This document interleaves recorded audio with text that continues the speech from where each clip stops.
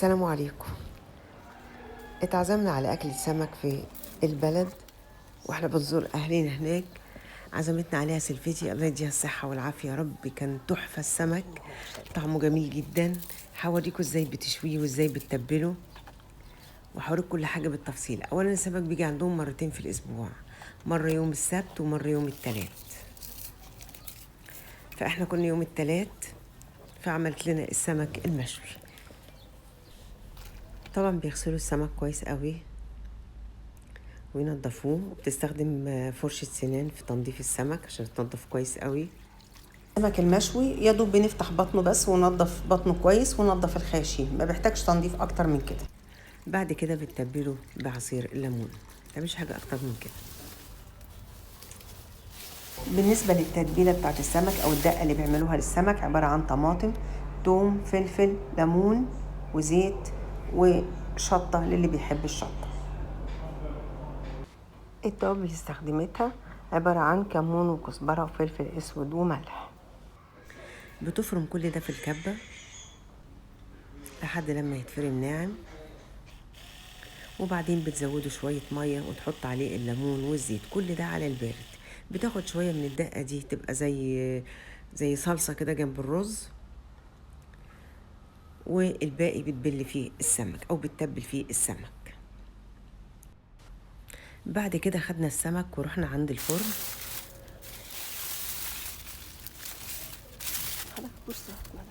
ولعنا الفرن وسخناه، وهنبتدي بعد كده نشوي السمك.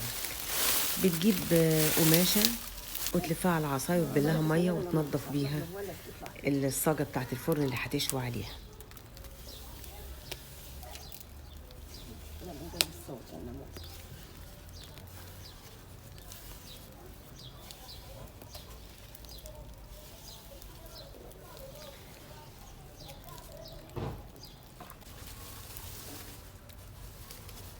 ادي السمك بترش عليها الردة. بعد الفرن ما سخن هتبتدي ترص السمك جوه الفرن.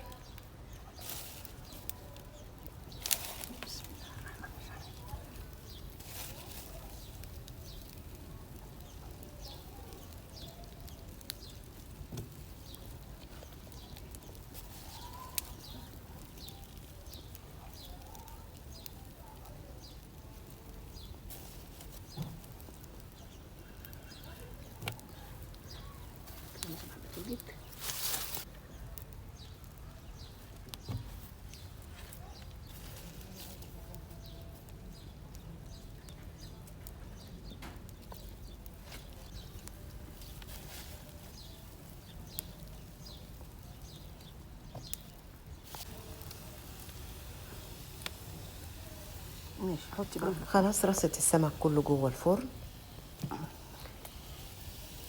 بعد دقيقتين 3 هتبتدي تقلبه علشان يستوي على الوش التاني.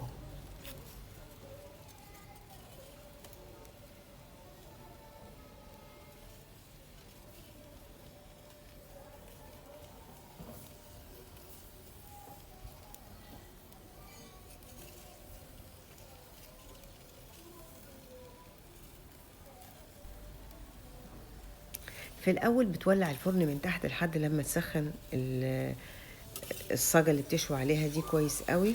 بعد كده بتبتدي تحط النار من فوق علشان وشه كمان يستوي، يبقى من فوق ومن تحت. النار تبقى فوق وتحت زي ما احنا شايفين كده.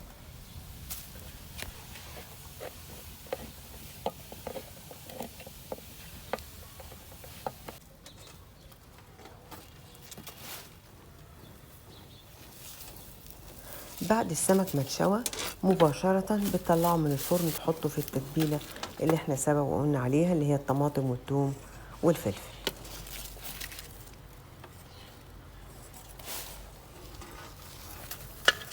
عندكوش فكرة التتبيلة دي طعمها خطير قد ايه.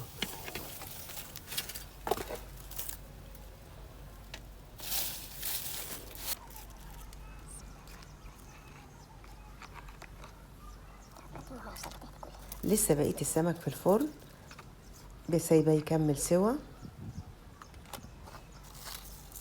اللي بيخرج أول بأول بتتبله.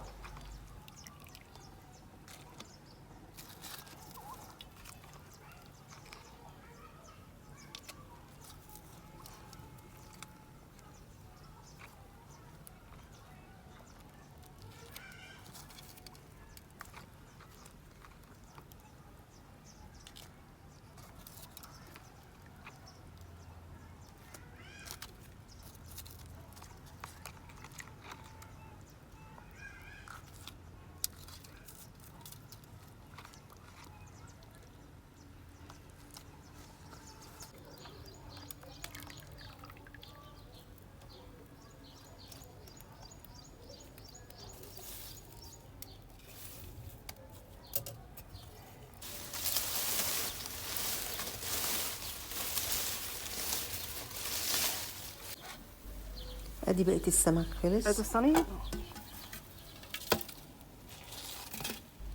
هتخرجه وتحطه في التتبيلة.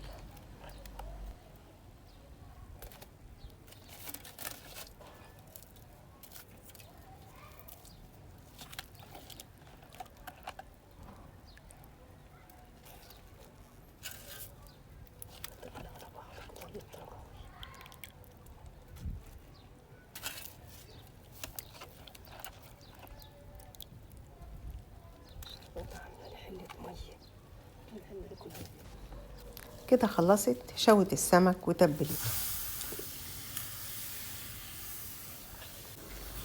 بعد كده بتنضف الفرن مكان شوي السمك. بتجيب القماشة وتلفها على العصاية زي ما قلتلكوا قبل كده، وتبلها مية وتمسح بيها الفرن أكتر من مرة عشان تتأكد إن الفرن نضيف مكان السمك.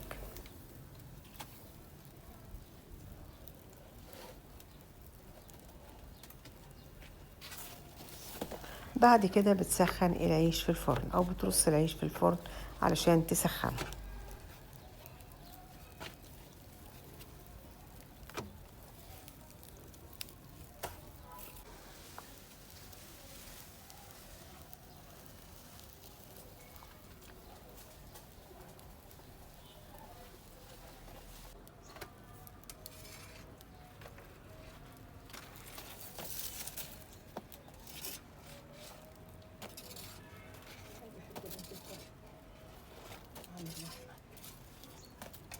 يا دوب بيسخن العيش وبتخرجه من الفرن.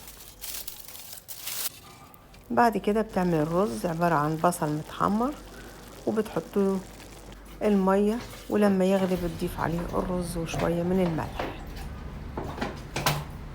وادي الرز بعد ما خلص.